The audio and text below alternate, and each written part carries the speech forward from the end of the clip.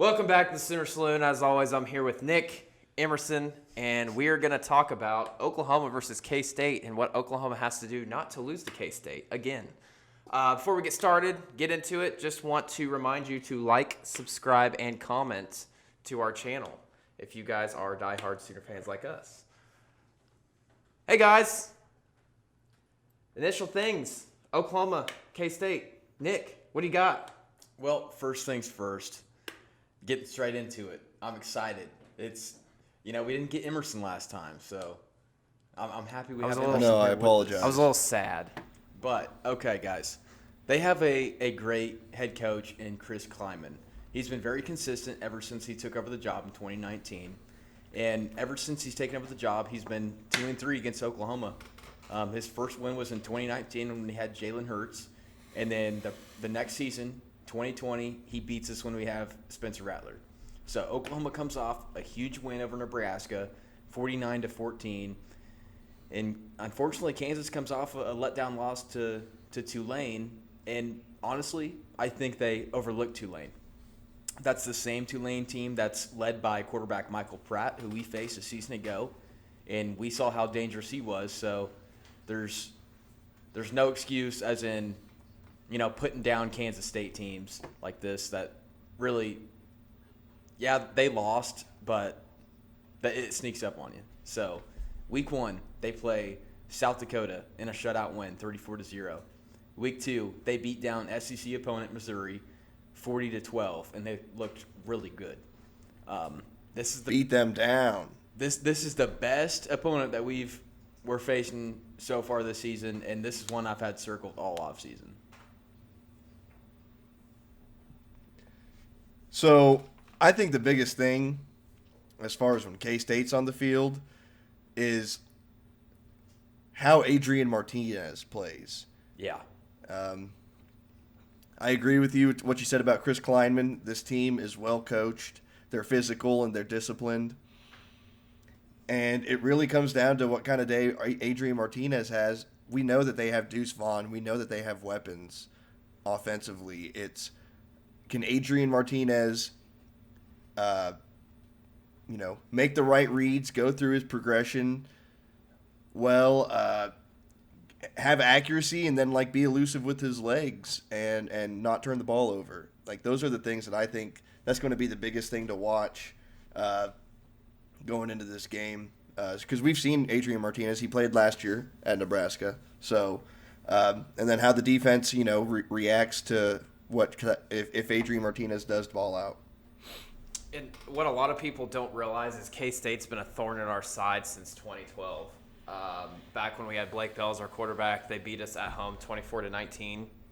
And then go to 2014, they beat us 31-30 with Trevor Knight. We had 2 or 3 turnovers, a couple interceptions in the end zone, and a missed field goal, and we lost by a point.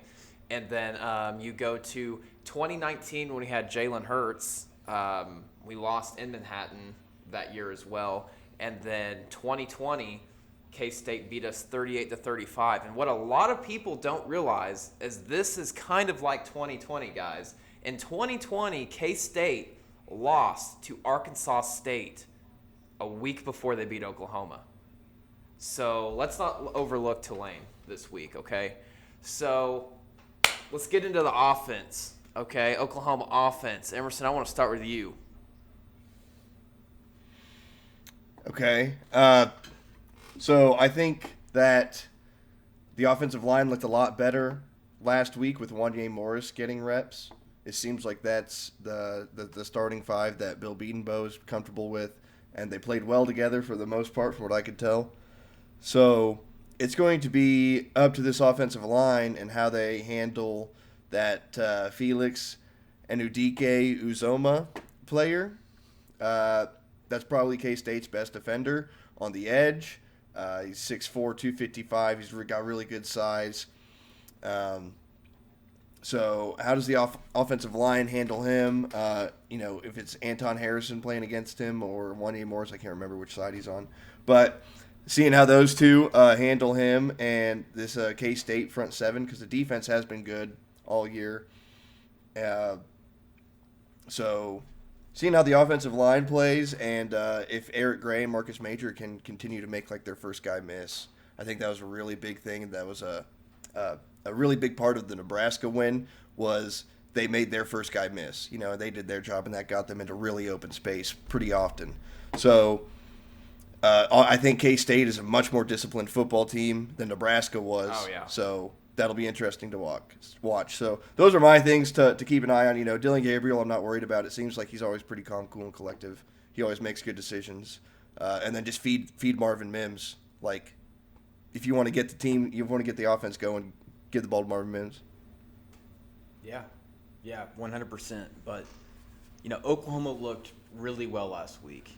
They put up 49 points against Nebraska and looked very comfortable doing so, scoring 49 consecutive, actually. And on the other hand, Kansas State has yet to give up more than 17 points all season long.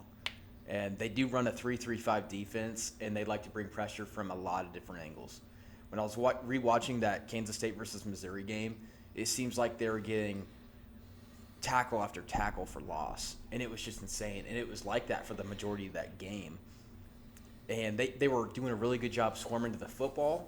They were playing violent. And like you said, the defensive end number 91, I'm not even going to try to say his name, but he's an NFL talent. He's really good. And they also had a defensive back jump out at the number 1. I think his name's Joshua Hayes. He was making some big tackles and staying within his leverage really well. So to win this game on offense, I think, one, you have to establish the run game. Eric Gray had a massive week against Nebraska, you know, having 100 yards plus, and Marcus Major has to step up in this game as well. I think there's going to be some nice lanes to run through, but you don't know where these Kansas State defenders are going to come from.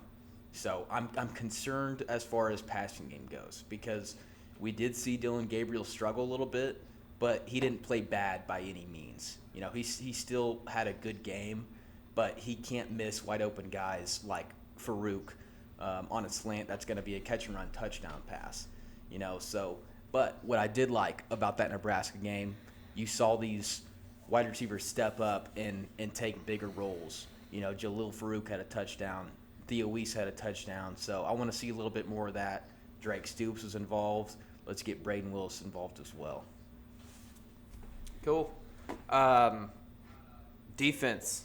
Nick, what do you got for defense? Oklahoma defense versus the K-State offense. Yeah, so Kansas State offense, it's really interesting. They average 28 points a game and 350 yards a game, but they are so reliant on the ground game, and that starts with, you know, the preseason All-Big 12 running back Deuce Vaughn. He's an All-American from a season ago. Stud. He is. He's so elusive, and he's so great in open space, but he averages 120 yards a game. You cannot let this guy get to your second and third level, because if he gets open space, he's going to break it for a long touchdown. And, you know, a season ago, that was a problem. We couldn't tackle for anything in this game, and it was driving me crazy. So you can't have simple mistakes like that, like missed tackles. He did have 2 streaks that were broken against Tulane last week. He had 9 straight games finishing with at least 1 touchdown, and he had a streak of 8 games straight rushing for 100 yards or more. But I think we can shut that down with our front 7 as long as they play like they have the first 3 weeks of the season. And let's talk a little about Nebraska transfer quarterback Adrian Martinez, who we're all very familiar with. He has just 300 yards on the season passing so far. He has 1 touchdown, and he averages 4.5 yards per attempt, which is not a lot, guys. We can force him to beat us throwing the ball, stop the run, sell out on it, and I think if we stop him, we're going to have a hell of a day. So, but he does run the ball really well, just like a running back. Stands at 6'3", 225 pounds. And they also run a lot of QB power like we did with Blake Bell years ago. So you got to contain him. You know, don't let him run free as he's dropping back to pass. You know, push him to third and long, get him into passing situations. And then there's 2 guys that you got to look out for. and they don't necessarily have a ton of yards receiving, but they are big play threats overall. That's Malik Knowles, and that is Phillip Brooks. Malik Knowles took a kick return against us last season late in the game, and it made it a close game again. And then, yeah, it's stressful. Put it within a touchdown. Yeah. It was within a touchdown. So, and then Phillip Brooks, also a big-time punt returner / kick returner. I think he's got like 4 career punt return TDs. He had one against Missouri for 75 yards. Both of these guys are great in open space, and they're going to make you miss. So, contain them, tackle them. That's all I got to say. Your turn. Are we going defense now? Yeah, we're going to talk about Oklahoma defense. Okay. I just want to. I will say it is going to be interesting to see how impressive the tackling is, because this will be like really the first gauge of, okay, they've either fixed their tackling issues that have been present for almost a decade now, or it's the same Oklahoma. Or it's the same Oklahoma defense, and tackling is still going to be an issue, and it's still something that they're going to need to improve on. So Deuce Vaughn will be the measuring stick for that, and Adrian Martinez. He's pretty good with his legs too in open space. So yes, the tackling will be interesting. Keep in mind, Deshaun White will not play in this game due to the targeting last game. Or is it just the first half? I can't remember. Might be the first half. I think it's the first half. I didn't even think he was ejected. I didn't know that was solidified. I don't know. Yeah, I can't remember exactly how. I don't know. So, if he's not playing, it will be interesting to see Jaron Kanak probably get the start if Deshaun White is not permitted to play. That'll obviously be something to watch. You'd like to see Isaiah Coe and Jalen Redmond and Reggie Grimes continue to eat and get tackles for loss, along with Danny Stutzman. So, and that's like really the way to stop Deuce Vaughn, is to get to him before he can get going. Because once he gets going, it just gets harder and harder to tackle him. The more speed he gains, the more open field he has. So those are my big things on the defense, really. Nick? I mean, you hit it right on the head, man. First of all, you just got to tackle. You have to step up. But I think as long as we play like we did in these first 3 games, we should have a pretty good day defensively, and it's kind of revolve around our offense and see how long it takes for them to get going. So Oklahoma's a 13-point favorite at home. Emerson, who do you got winning this game? I think Oklahoma wins. I think Oklahoma also covers. Okay. Cool. No score, Emerson? You got to give us the score. Are we doing scores right now? Are we doing scores? We could, yeah. Go ahead, just throw it in there. Okay, all right. Well, I just want to say, I love the point that Nick made about the kick return last year. Knowles, you said, was that his name? Yeah, but you also got Phillip Brooks, who just took one to the house on a punt return. So they got threats. Yeah. Hold on. I also want to say this. Chris Kleiman made it a point in a press conference to say he wants to get special teams going because they weren't great at it last week. So just a heads up. Yeah.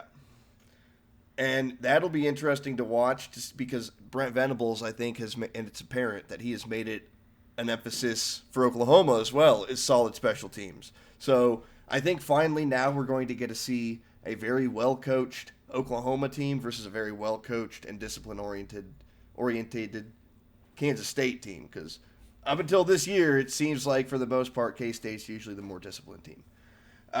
So yes, that'll be interesting too. Those are some things I'm looking out for. Score prediction. I mean, I really think this one could get out of hand for K-State if they are not able to score offensively and keep up. So I am going to say Oklahoma wins 42-24. Okay. Wow. All right. Nick? Yeah, that's there's keys to the game that I kind of had written down. You got to force passing situations and long third downs. You have to have Adrian Martinez beat you with his arm. You have to establish a run game early. You got to win the turnover margin. Be efficient on special teams. I don't want to see us missing 39-yard field goals. That can't happen, especially in close games. Kansas State's a quality opponent. That you just have to show up on special teams. And then, yeah, we've already hit on tackling in open space. I don't think this is near as a concern as what it was last season. I've got Oklahoma winning this game 41-24. I agree 100% with you, Emerson. That's already what I had. That was completely unplanned, folks. It was completely unplanned. Wow. Okay. Well, I'm glad to know that we're on the same page here. That's good. Yeah. I got 48-20, so that's what I think. Okay. That's very accurate as well. I think that we're all in the same ballpark. Right. Yeah, and that was my prediction before this. Yeah. Okay. So 48-20. That's what I think. I think Oklahoma covers the spread. I think it's going to be a close game at the beginning. I think Oklahoma offense is going to struggle early, maybe the first two possessions. Here's the deal, guys. K-State is the team built to beat Oklahoma. They're slow. They run the ball. They do their thing. They eat up time. They eat up the clock, and that's how they've beaten Oklahoma the times they've done. On top of that, they've eaten up the clock, and Oklahoma has to be disciplined. If Oklahoma's disciplined and Oklahoma can take advantage of the small opportunities that K-State gives them, I think Oklahoma's going to be fine. If Oklahoma does not play a disciplined game, they can't convert on offense, they let K-State hog the ball in the time of possession, K-State will win this game, and they could win it big if it gets bad. But I don't think that's going to happen. So with that being said, Emerson, do you have anything left? No, I like what you said about time of possession. That was my only point. So, yeah, I'm good. Nick? Yeah, after this game, be sure to check out our kind of review to this game, and don't forget to like, comment, and subscribe. So with that being said, we'll see you guys next video. Boomer. Sooner. Sooner.